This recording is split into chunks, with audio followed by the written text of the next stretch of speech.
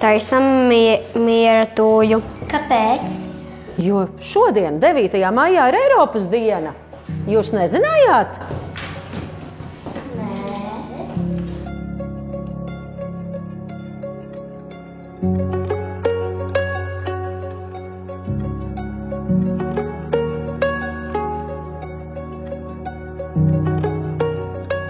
Mēs uztaisījām miera tūju.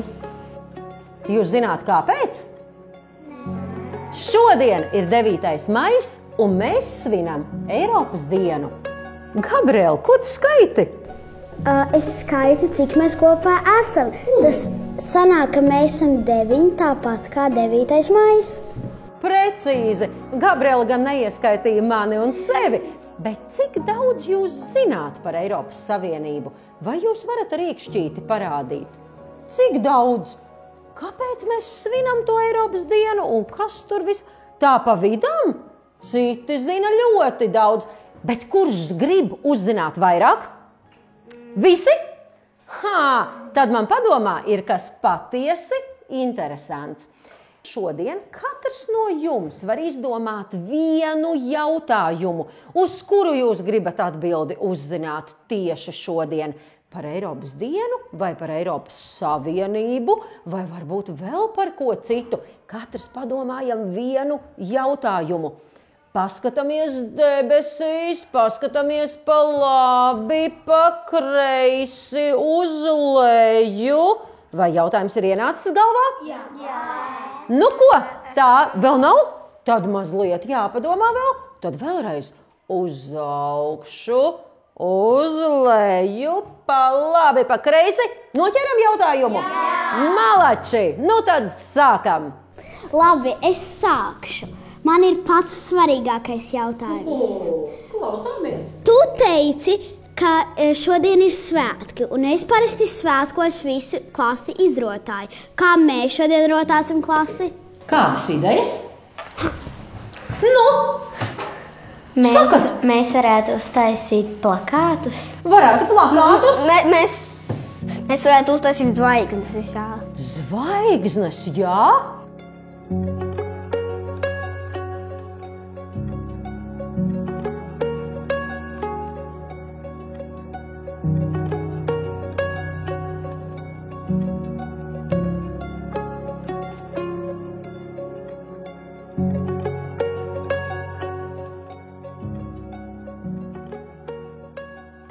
Bet kāpēc ir 12 zvaigznes Eiropas karogā?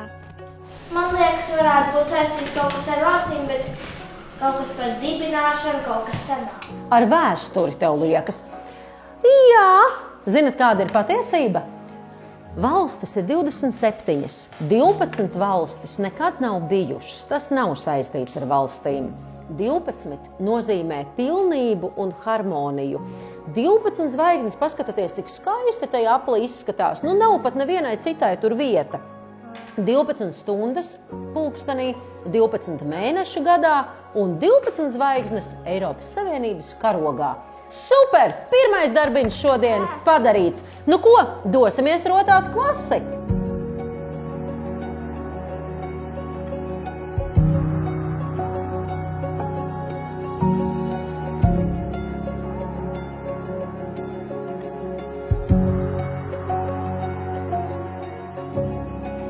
Tagad mana kārta jautājumā.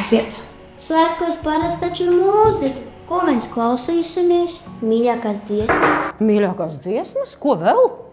Himnu? Kā jums šķiet? Latvijai ir sava himna, to jūs zināt, pareizi? Arī Eiropas Savienībai ir sava himna. Tās nosaukums ir Oda priekam.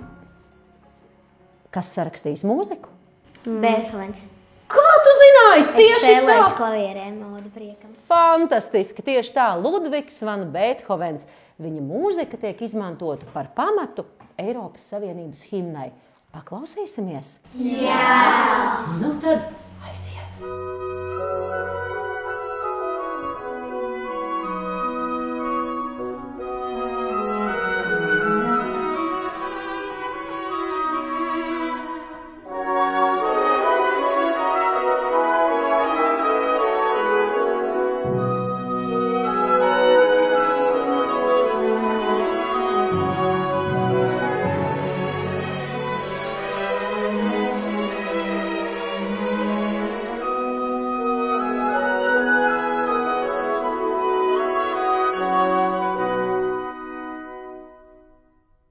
Tagad ir mans jautājums. Kāpēc jūs locījāt miera dūjas? Man jautājums tad ir jums. Vai jūs zināt, ka pasaulē kādreiz pagājušajā gadsimtā sen atpakaļ ir bijuši 2 lieli un postoši kari? Jā. Nu lūk, un lai tā nekad vairs nebūtu, Eiropas Savienība tika izveidota, lai valstis savā starpā vairs nekad nekarotu, bet dzīvotu mierā un sadarbotos viena ar otru.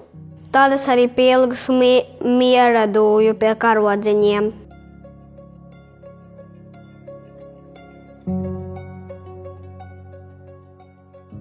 Pagaid, bet tu teici, ka valstis sadarbojas, bet kā? Kā varētu sadarboties valstis? Kādas ir idejas? Valstis varētu sadarboties, ka, piemēram, cilvēki var viegli iegūt, kad viņi mācās citā valstī. Jā, tātad var mācīties citās valstīs vēl. Viņi dalās ar visādām lietām, viņi kopā spēlēs un tā. Jā, tātad palīdz un atbalsta vēl. Varbūt viņi mēģina nestrīdēties viens ar otru. Jā, nevienmēr tas ir viegli, bet jūs jau klasē arī. Pat ja kādas domstarpības ir, tas nenozīmē, ka ir jāstrīdās ļoti. Jā. Viņi var savus produktus pārvadāt pa citām valstīm, lai citām valstīm arī ir ražotāju produkti. Jā. Varbūt tā, kad viņi viens ar otru runā pa vēstulēm, un tā viņi sasaistas.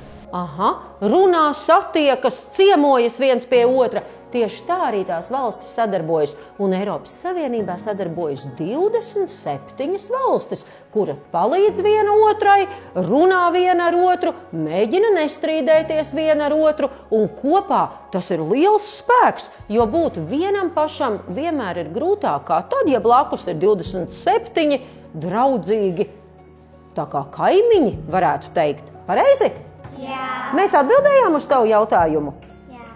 Fantastiski! Kurš nākamais? Bet mani visvairāk interesē, kādēļ Eiropas diena svin tieši šodien. Haha, ļoti labs jautājums, jo tieši šodien, 9. maijā, pirms 75 gadiem, kurš var izrēķināt, kurš gads tad bija? Pirms 1950. Precīzi! Tu nu gan esi gudra meitene, tu zini visu, tu zini Oda priekam, tu zini pat, ka 50. gadā tas notika. Precīzi tā arī notika.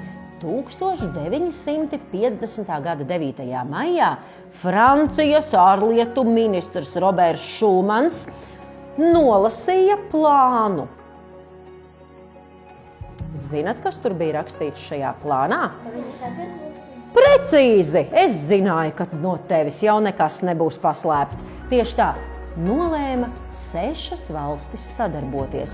Un zināt, kāda bija tā ideja? Nevis vienkārši teikt, mēs tagad ar jums viens ar otru draudzēsimies. Nē, viņi nolēma likt kopā ogles un tēraudu, jo no tām vielām tajā laikā, no tiem izejmateriāliem, ražoja ieročus. Kāpēc bija jāliek kas kopā? Kā jums liekas? Tas taču ir tāpat kā ar konfektēm. Mēs varam visi salikt kopā un redzēt, vai kāds kādu apēdīs. Nu tad saliekam kopā savas konfektes. Aiziet! Pagaidā, es nesaprotu, vai Eiropa un Eiropas Savienība ir viens un tas pats? Nē, Eiropa ir šeit, bet Eiropas Savienība ir tikai daļa no tā. Eiropa ir kontinenta daļa, bet Eiropas Savienībā ir tikai 27 valstis no šī kontinenta. Tieši tā! Un zinat kāpēc? Jo visas valstis nevar iestāties Eiropas Savienībā. Eiropas Savienībā var pievienoties tikai tās valstis, kuras ir demokrātiskas. Kurš ir dzirdējis to sarežģīto vārdu? Jā, kas ir demokrātija? Es īsti nezinu, bet es esmu dzirdējis kaut kur. Demokrātija nozīmē, ka mēs katrs drīkstam teikt to, ko mēs domājam, piedalīties vēlēšanās. Arī bērniem ir savas tiesības. Jūs varat brīvi izvēlēties pulciņus, kuros jūs gribat iet.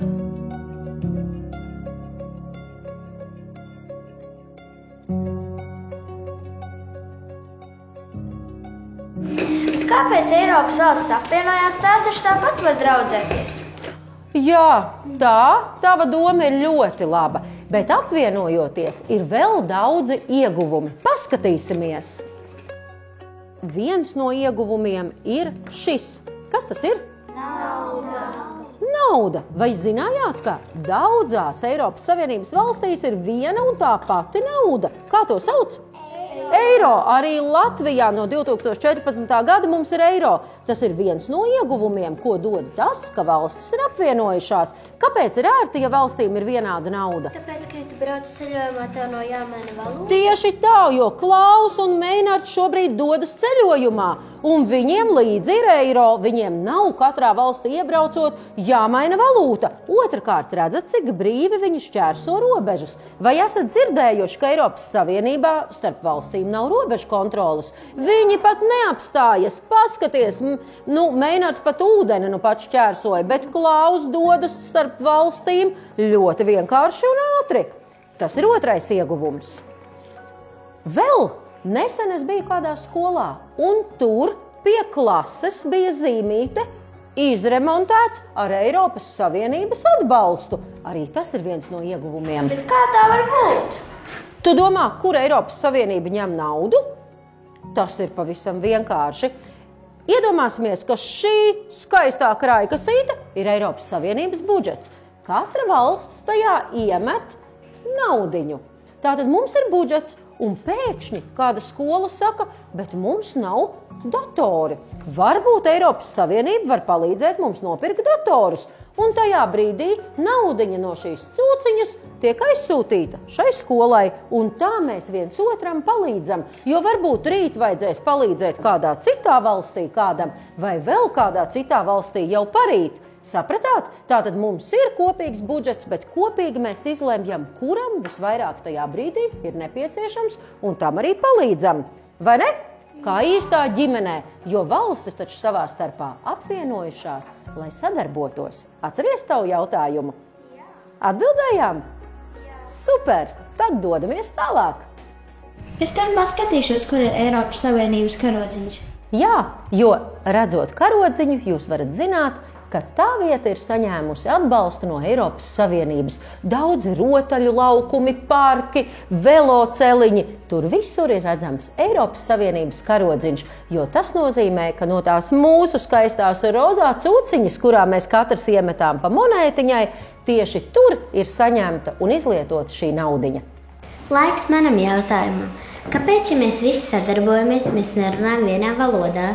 Tur tev taisnība. 27 valstis, un katra no valstu valodām kļūst par oficiālo Eiropas Savienības valodu. Arī latviešu valoda tāda ir, bet tagad āķīgs jautājums. Ir 27 valstis, bet 24 oficiālās valodas. Kāpēc? Tāpēc, jo tādai valstīm ir līdzīgas valodas. Pat ne tikai līdzīgas, bet vienādas. Tieši tā, vācu valoda, franču valoda, tajā runā vairākas valstis. Tāpēc 27 valstis, bet 24 valodas. Un ko tas nozīmē?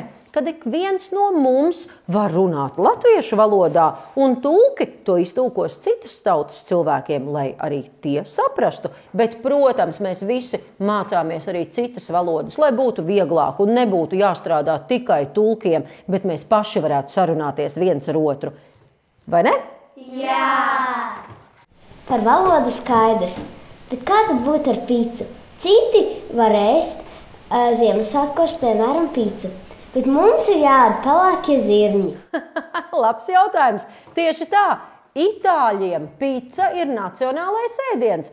Eiropas Savienībā katra valsts saglabā savas individuālās īpatnības, to, ar ko mēs esam atšķirīgi. Nez vai itāļi sāktu Ziemassvētku vakarā ēst pelēkos zirņus, un nez vai mums vajadzētu ēst picu, bet ikdienā, protams, kuram gan negaršo pica, pareizi? Mēs taču labprāt to ēdam tāpat krosāni, pasta, kas arī ir itāļu ēdiens. Protams, mēs braucam ciemos viens pie otra, mēs baudām to ēdienu, bet katrs saglabājam arī savu unikālo, piemēram, Jāņu siers. Kuram gan Jāņos negaršo mūsu dzeltenais siers ar ķimenēm, vai ne? Tas taču ir mums, kas unikāls. Tieši tā, katrai valstī paliek tās savas unikālās īpašības. Ļoti labs jautājums. Paldies tev! Starp citu, vai zinājāt, Eiropas Savienības moto tieši tāpēc ir vienota dažādībā? Vieni ēd picu, vieni pelēkos zirņus, bet tas netraucē mums draudzēties. Tāpat kā jūsu klasē, katram taču ir savs mīļākais ēdiens, vai ne? Jā. Bet jūs tieši tāpēc varat būt arī vislabākie draugi. Šīs dienas pirmspēdējais jautājums. Tavs! Ko vēl dara Eiropas dienās? Jā, Eiropas dienā tātad mēs jau sapratām. Mēs dekorējām klasi, klausāmies Eiropas himnu, runājam par Eiropu, atradām to kartē. Tik daudz jaunu lietu uzzinājām. Bet vēl Klāviņa Eiropas dienā var piedalīties Eiropas eksāmenā. Kurš zina, kas tas tāds ir? Veram vaļā www.esmaja.lv, kā Eiropas Savienības māja.lv, un atbildam uz 10 āķīgiem jautājumiem. Jo jūs mācaties 1., 3. klasē, jums ir tikai 10 āķīgi jautājumi par Eiropas Savienību. Bet, ja jūs šodien uzmanīgi klausījāties un runājāt kopā ar mums, jūs visu zināsiet. Klāviņ, esi gatavs Eiropas eksāmenam? Veiksmi!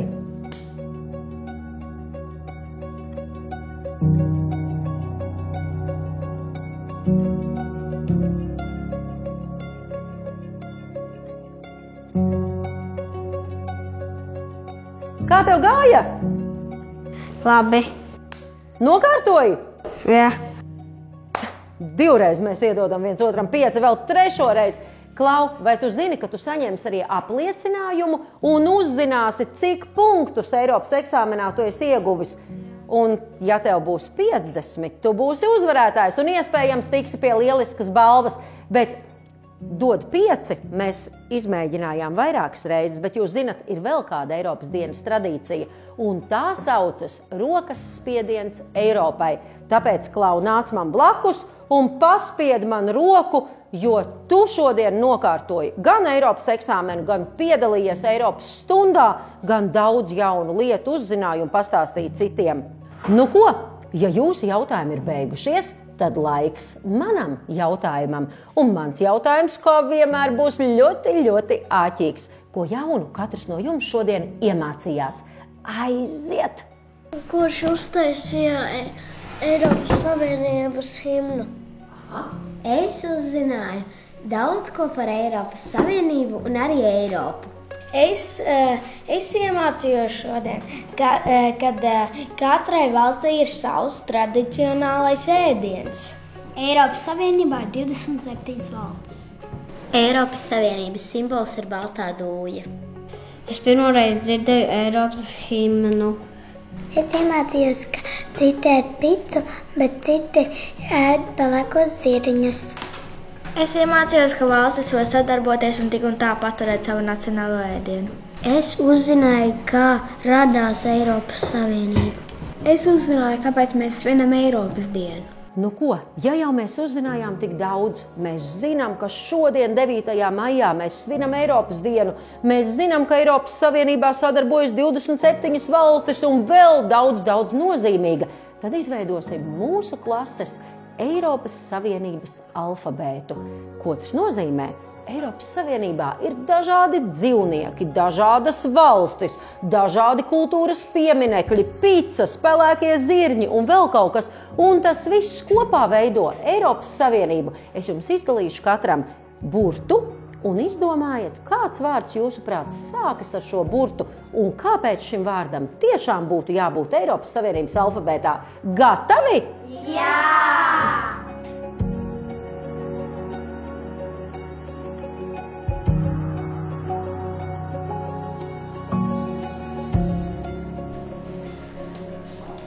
Es rakstu jenots, jo daudzās vietās Eiropas Savienībā ir jenoti. Es rakstu mīlestību, jo daudzās vietās Eiropas Savienībā ir mīlestība. Es rakstu draudzību, jo Eiropas Savienības valstis ir draudzīgas. Es rakstu ēdienu, tāpēc, ka dažādākās valstīs ir savādākie ēdieni tradicionāli. Es rakstu himnu, jo katrai valstī ir sava himna. Es rakstu Atlantijas okeāns, jo Eiropas Savienība apskalo Atlantijas okeāns. Es uzrakstīju pizza, jo daudzās valstīs daudziem cilvēkiem garšo pizza. Es uzrakstīju valsts, tāpēc, ka bez valstīm nebūtu Eiropas Savienība. Es rakstu sadarbību, jo visas Eiropas Savienības valstis sadarbojas. Priecīgu Eiropas dienu!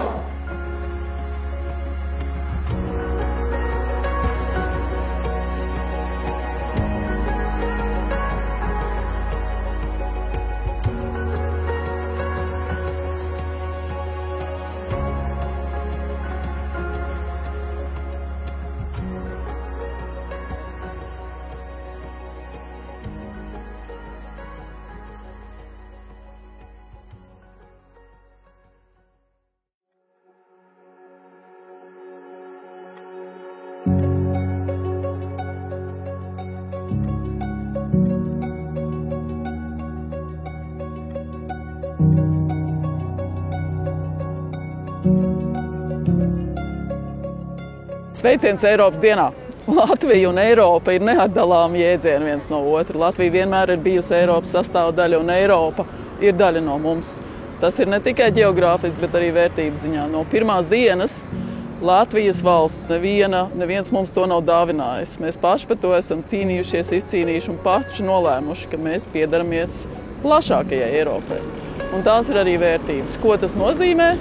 Tā ir mūsu izvēle. Pašiem vēlēt savas valdības, saimas, pašiem izvēlēties, ko mēs gribam, kādu valsti veidot. Un mūsu valsts ir tā, ko mēs kopā izveidojam. Un katrs no mums ir atbildīgs par to. Tā ir mana Latvija, mana atbildība, mana Eiropa. Šodien Eiropā ir dzimšanas diena. Ir pagājuši 75 gadi, kopš Francijas ārlietu ministrs Roberts Šumans lika priekšā savu deklarāciju par Eiropu. Tas lika pamats Eiropas Savienībai, ko mēs pazīstam šodien. Ir pagājis 21 gads, kopš Latvija ir Eiropas Savienības dalība valsts. Tas ir brīdis, kad Latvija ir atgriezusies Eiropas valstu saimē. Jāatzīst, arī pirms 75 gadiem Roberts Šumans domāja par mieru, par demokrātiju, par to, kā to sargāt un saglabāt. Arī šodien, skatoties uz notikumiem, mēs domājam par to, kā nodrošināt Eiropas drošību, kādā veidā to aizsargāt un kādā veidā saglabāt mūsu demokrātiju. Demokrātija ir vērtība, kas nav pašsaprotama. Tā ikvienam ir jāsargā un par to ir jārūpējas. Eiropas dienā es aicinu visus domāt, kāds būtu mans pienesums, lai sargātu Eiropas vērtības un lai nodrošinātu to, ka Eiropā ir miers, drošība un mēs turpinam dzīvot balstoties uz demokrātiskām vērtībām. Vēlreiz aicinu visus piedalīties mūsu Eiropas dienas aktivitātēs, Eiropas eksāmenā, noklausīties Eiropas stundu un visos citos pasākumos, kas notiek šeit Rīgā un visur citur reģionos.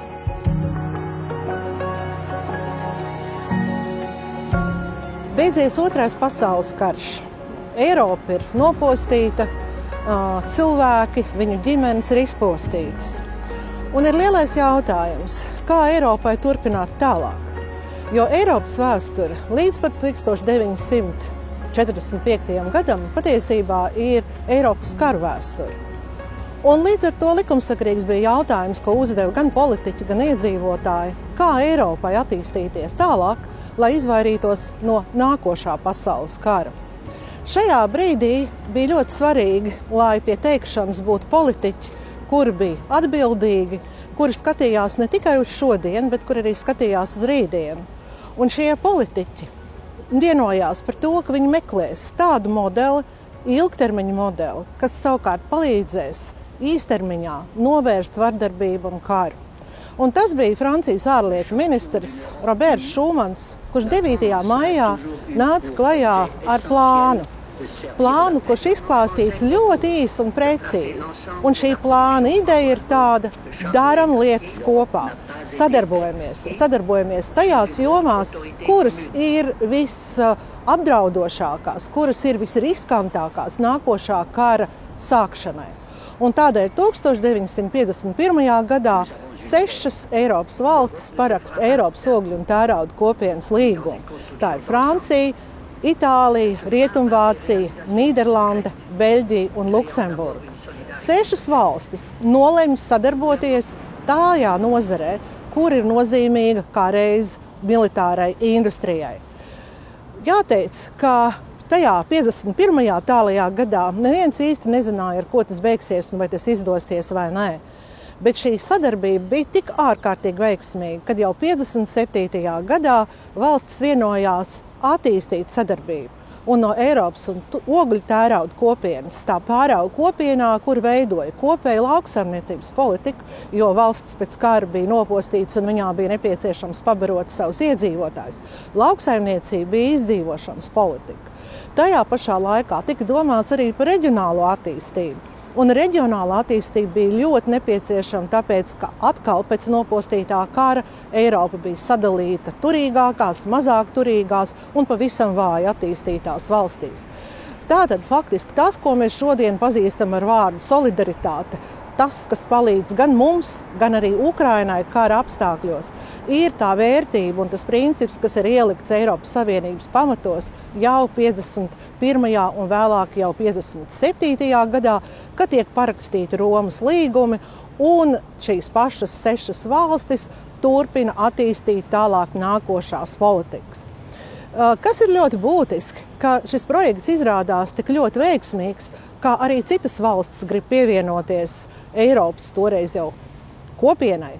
Un šīs valstis, pirmās valstis, kas pievienojās, tā bija Dānija, Īrija un Lielbritānija.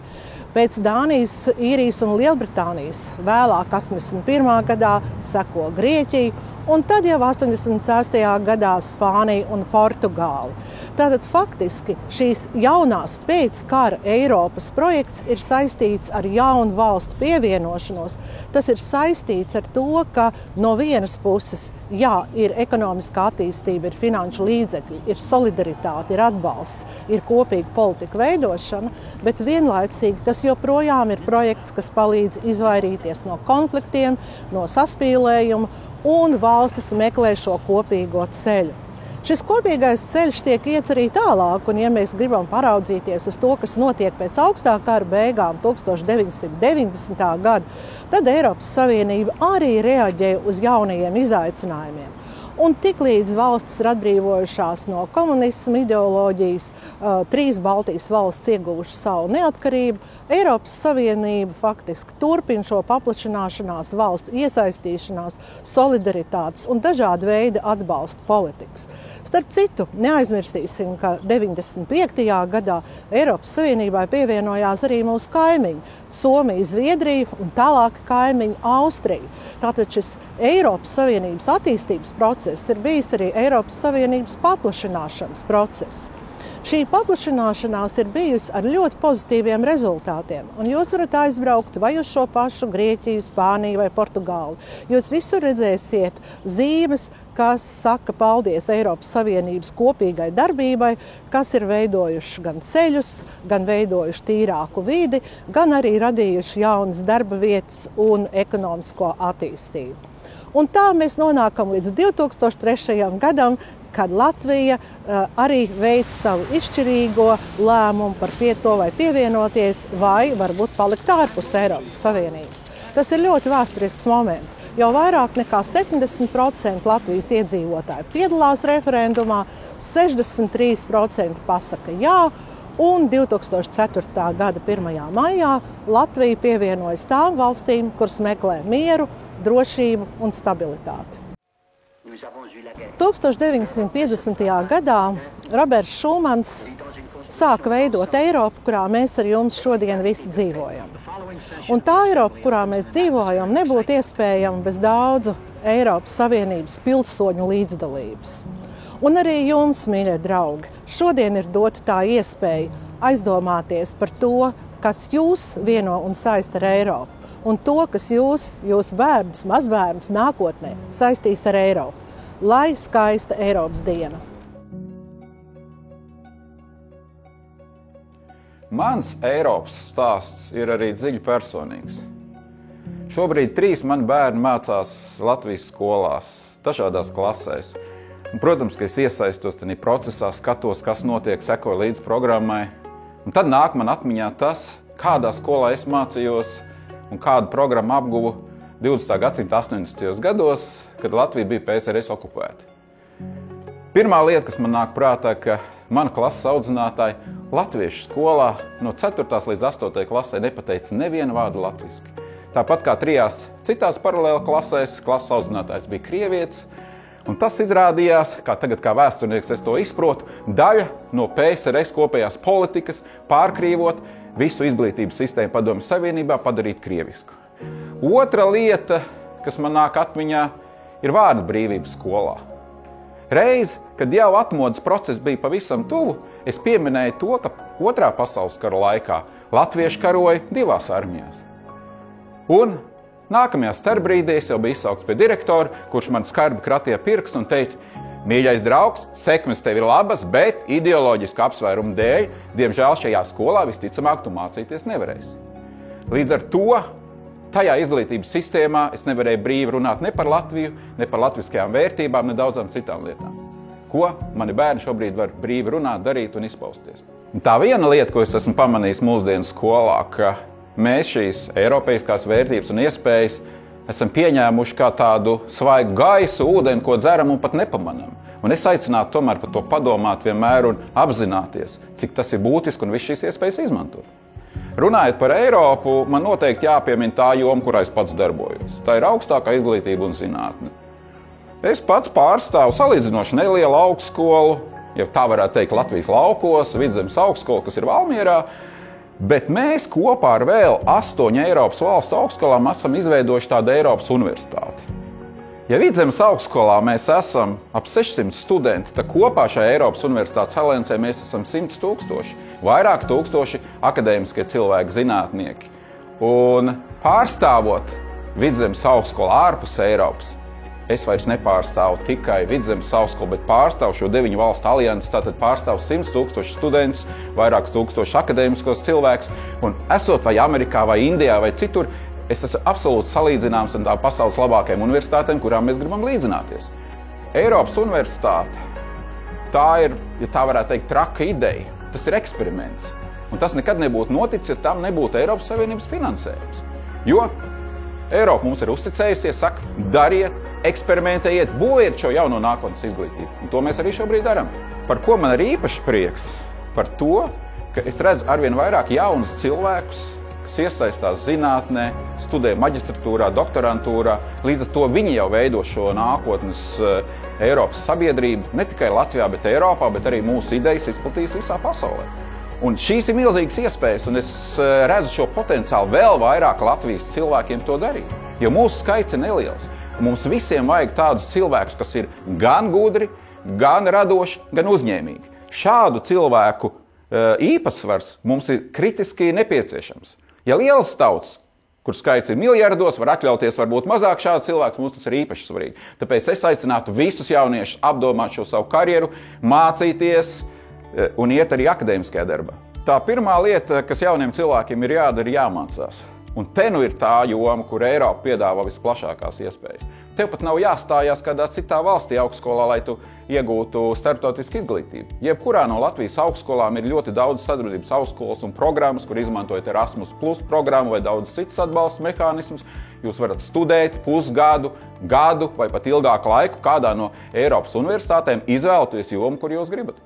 Tas ir milzīgas iespējas. Tas pats notiek zinātnē. Jūs esat ne tikai daļa šeit no mazās Latvijas zinātnes, jo nosacīt mēs tā varam teikt, bet jūs pārstāvat visu Eiropu. Horizon Europe, daudz citas programmas. Tas ir tas, kā mēs kopīgi veidojam šīs nākotnes zināšanas. Par ko man ir prieks? Ka šobrīd Latvijas zinātne vairs nav tāda citu zināšanu pārņēmēja, bet mēs kopā ar citām Eiropas valstīm radam šīs jaunās zināšanas. Un kā mēs labi redzam, kas notiek pasaulē, tās sabiedrības, kas būs visgudrākās, arī dominēs un noteiks pasaules kārtību uz planētas Zeme. No Eiropas mēs neesam tikai ņēmēji. Kā redzam, pēdējos gados un pat 10 gadēs ir atjaunojusies tā mūsu loma, kāda mums bija pat 13. gadsimtā, kad Latvijas teritorijā tika izveidota Livonija. Mēs esam Eiropas austrumu robežas sargātāji. Mēs esam eiropeiskās civilizācijas sargātāji. Kā tas bija pirms 700 un 800 gadiem? Mēs diezgan bieži uzdodam jautājumu, kāda mums ir jēga no Eiropas? To jau mēs izprotam.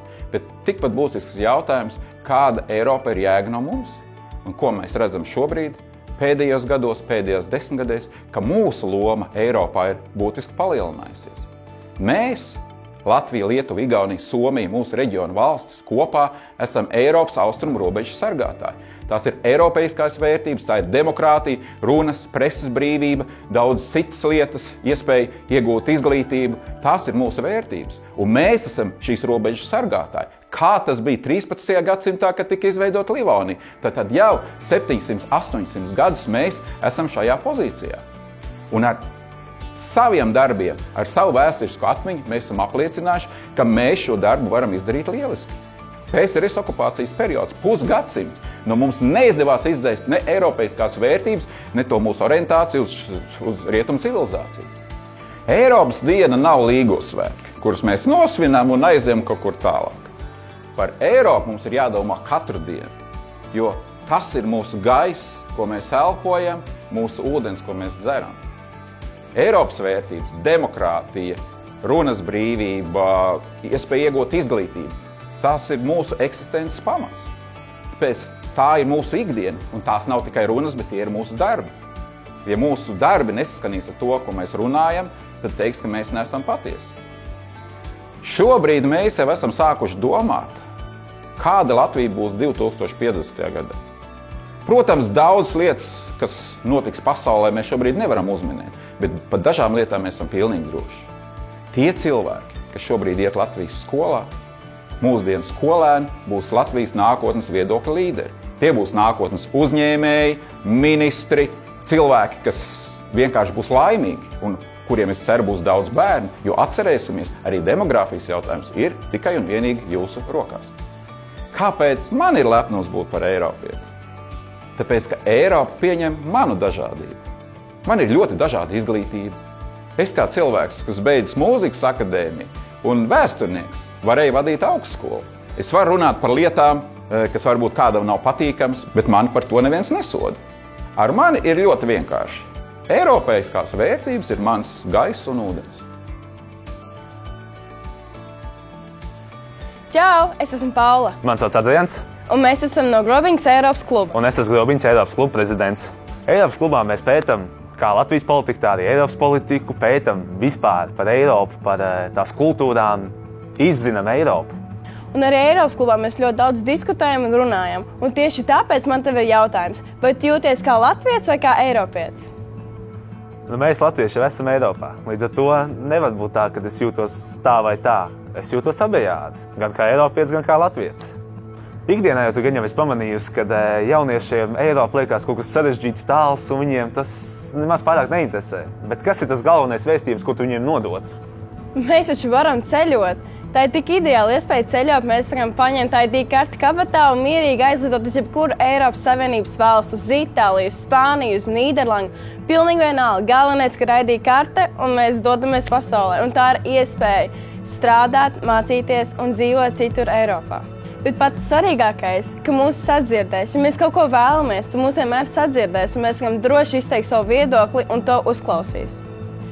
Kā arī ceļošana arī paplašina redzesloku. Es esmu bijusi 2 Erasmus projektos. Viens bija 22. gadā Spānijā uz nedēļu, un otrs bija pagājušo gadu. Es biju mēnesi Francijā. Tā bija lieliska iespēja uzzināt valodas, iegūt draugus un vienkārši izdzīvot citas kultūras. Tā bija unikāla pieredze. Un tikpat svarīgi arī Eiropai stāstīt par mūsu kultūras vērtībām, par mūsu kultūras mantojumu, kā piemēram dziesmu svētkiem, un tā kā mēs esam no Grobiņas, arī par mūsu Grobiņas vēsturi. Jā, man šķiet ļoti svarīgi, lai mēs visi viens otru iepazīstam vēl tuvāk un arī ar kultūrām dalāmies. Es par Eiropu un Eiropas Savienību sāku interesēties, manuprāt, jau 8. klasē, kad sociālās zinībās par to tika stāstīts, izpildīju arī Eiropas eksāmenu. Un vēlāk arī uzzināju, ka mūsu skolā ir Eiropas klubs, kurš rīko konkursus un sāku tajos piedalīties. Un vēlāk jau sāku interesēt pats tas Eiropas klubs. Un līdz ar Eiropas klubu arī sāku interesēties par pašu Eiropu un Eiropas Savienību. Tas ir tas stāsts, kā man ieradušies šī interese. Es savukārt par Eiropas Savienību pirmo reizi uzzināju, kad man piedāvāja braukt šajā Erasmus projektā. Man likās interesanti, kas ir šis Erasmus projekta logo, tas ir Eiropas Savienības karogs. Un es sāku interesēties, kas tas tāds ir. Un tā es arī iekļuvu šajā visā lielajā virpulī ar Eiropas klubu un šajos visos projektos. Jāni, kā Eiropas Savienība palīdz mums skolēniem? Mums pie fizikas klases ir plāksne, kurā ir uzrakstīts, kad ir aprīkots ar Eiropas Savienības finansiālo atbalstu. Tur ir ierīkota laboratorija. Man laikam tas, kad Eiropas Savienībā ir miers un drošība, jo mēs varam visi savā starpā mierīgi sarunāties un justies droši. Vēl man ļoti svarīgi ir, kad Eiropa domā uz nākotni jauniešiem par klimatu un arī par globālajām problēmām. Protams, dzīvojot Eiropas Savienībā, ir arī jāsaprot, kas ir Eiropas Savienība. Un tad līdz ar to ir veidoti dažādi klubi, kā pieņemsim Eiropas klubs, lai mēs izprastu, kas ir Eiropas Savienība. Veidojam dažādus projektus, sadarbojamies, lai varētu nākotnē varbūt veidot kādu ietekmi, kā arī iepazīstināt un mācīt jauniešus par šo tēmu.